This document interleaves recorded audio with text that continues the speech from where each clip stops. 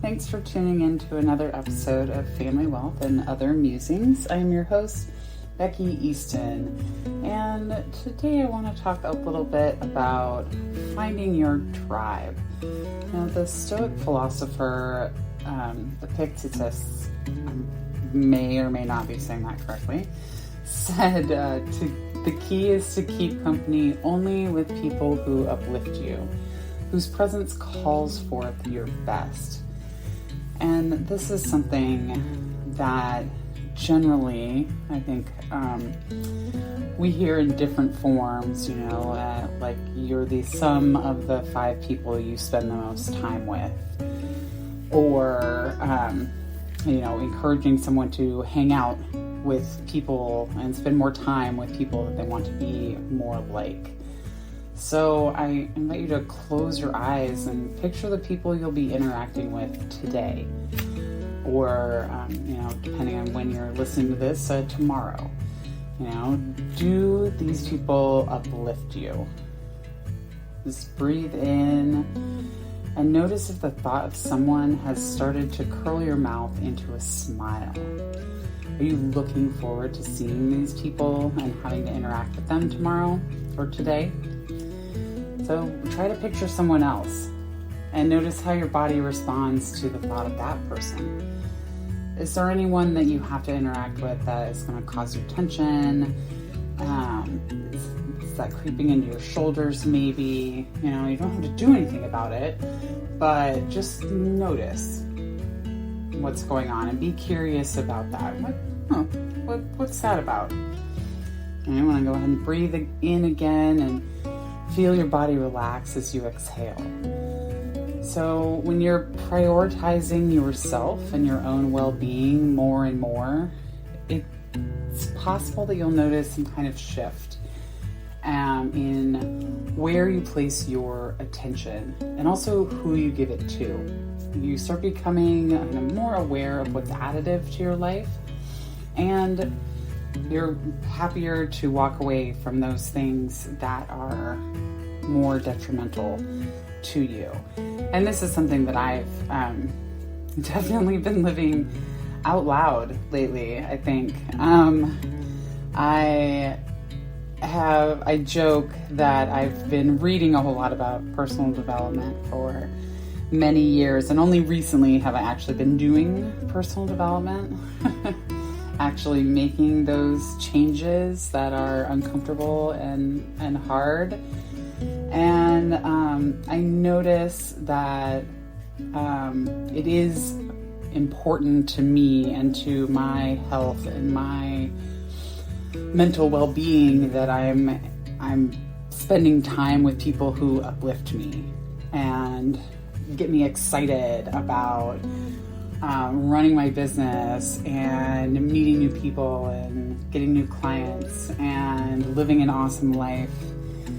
And when I spend too much time not doing that, like I forget, I get busy, I get my head down and I'm focusing on other things, it takes a toll. And I'm kind of feeling it right now. I've really had my head down, trying to dig out from a full summer, we'll say. Just a lot on my mind this summer that took a greater toll on me than I thought. And I'm just realizing, I'm feeling those effects of not being as connected. So the idea, I think, of, finding your tribe, we all have heard the saying that it takes a village to raise a child. And in large part, I feel like we've gotten away from the village idea at all. And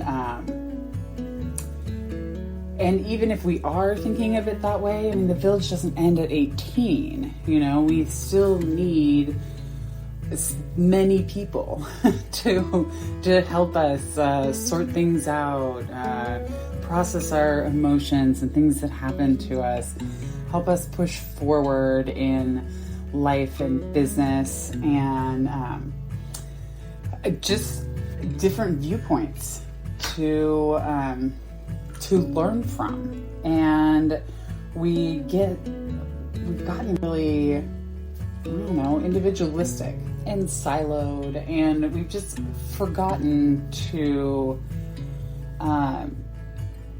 involve the rest of the village in our own growth and success as people.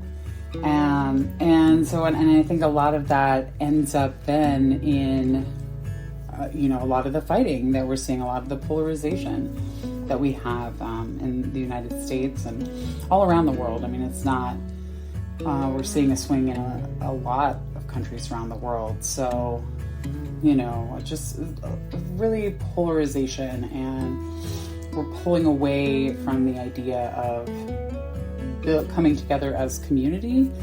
I think our neighborhood really does a great job of getting people together, both just like neighbor-led events and also our community life team is really excellent at putting things together and pulling the community together. And it's things like that allow you to kind of put aside perceived differences. Even they're not even necessarily differences, just putting aside that perceived difference for a little bit. And I think also as a part of that, we developed this idea that the tribe should be your family, and that's who you should be getting your support from. And realistically, a family probably isn't big enough to provide that, to provide all of the avenues of comfort and support and protection and advice and everything of your individual family may well just not be big enough to support you for that. And then they just might not be very supportive at all, right? And so the idea of, finding your tribe, is inviting you also to, I'm throwing things around over here, inviting you also to really just spend some time thinking about what is important to you. We often grow up with a group of people that had been friends with for some time, and then you start wondering, why am I even friends with this person? Take that time to make that inventory of yourself. What is it that is important to you? Spend that time in reflection. And also try some new things. Meet some new people and see if you actually might like it. Maybe you've just been doing all the same things for so long that you don't even know. You just think you don't like. You just don't do that thing because you don't do that thing, not for any good reason. And you want to reach out to other people too. Be supportive for them if you are looking for people who will be supportive to you. And also be sure that you are stepping back a little bit to love yourself. And this is one that I noticed immediately made a bigger impact on just my life and my support system as a whole, was loving and caring for myself more. And I had more love for other people to give. I didn't judge as harshly, and I could open up and receive help a little more freely as well. So, again, it can definitely be difficult. We live sometimes a very isolating life, and especially when you're on the family, career, marriage train, there's a lot that goes on. And it's hard to, I don't have children, and I still think it's hard to like get out and make new friends and be intentional about hanging out and, telling someone, hey, I like you, let's hang out more. It feels odd and, a little bit uncomfortable, and it's really easy to stay at home. But then, I don't have a support system.